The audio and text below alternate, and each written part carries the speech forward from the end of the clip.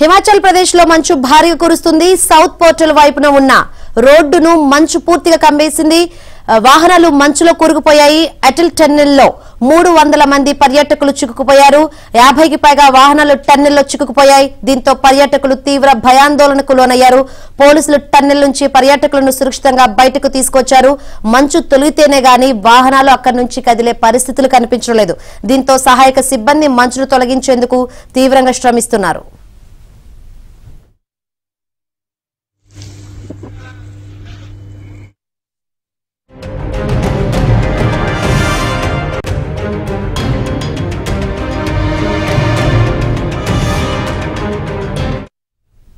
మరోవైపు ఉత్తరాది రాష్ట్రాలను పొగమంచు కమ్మేసింది. ఢిల్లీలో పొగమంచు కారణంగా విమానాలు, రైళ్లు ఆలస్యంగా నడుస్తున్నాయి.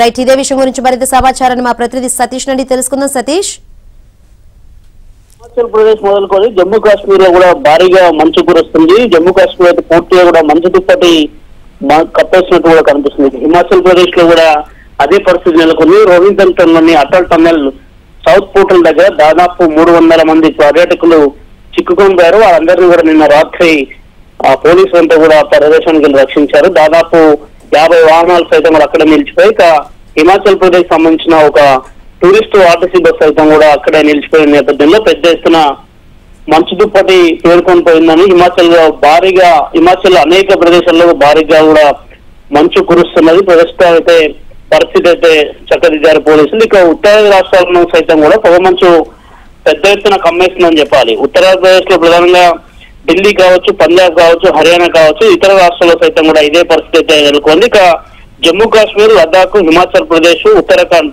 ప్రాంతాలలో సైతం కూడా మంచు దుప్పటి పెద్ద ఎత్తున కూడా కమ్మేస్తుందని చెప్పాల్సింది. భారత వాతావరణ శాఖ సైతం కూడా ఇప్పటికే అలర్ట్ జారీ చేసింది. ఆ రాష్ట్రంలో ప్రధానంగా ఢిల్లీ మొదలుకొని ఉత్తరాఖండ్, అదేవిధంగా హిమాచల్ ప్రదేశ్, ప్రధానంగా కాశ్మీర్ కావచ్చు, ఇలాంటి ప్రదేశాల్లో పెద్ద ఎత్తున ఈ రోజు వర్ష ప్రభావం కూడా ఉండే అవకాశాలు ఉన్నాయని చెప్తున్నారు. అదేవిధంగా పెద్ద ఎత్తున కూడా స్నో కూడా ఎక్కువగా ఉంటుందనేది కూడా భారత వాతావరణ శాఖ చెప్తుంది. ఫిబ్రవరి 2వ తేదీ వరకు కూడా హిమాచల్ ప్రదేశ్ లో మంచు దుప్పటి యొక్క వాతావరణమే కనిపిస్తుందని చెప్తున్నారు. పర్యాటకులందరినీ కూడా ప్రస్తుతానికి అయితే సురక్షిత ప్రాంతానికి అయితే చేర్చారు. వారందరికీ అనేక సదుపాయాలు సైతం కూడా రాష్ట్ర ప్రభుత్వం కల్పిస్తుంది. మరోవైపు ప్రస్తుతం అటల్ టన్నెల్ సౌత్ పోర్టల్ సంబంధించిన ప్రదేశంలో మాత్రం ఎక్కడ కూడా వాహనాలని విలమించలేని పరిస్థితి నెలకొంది.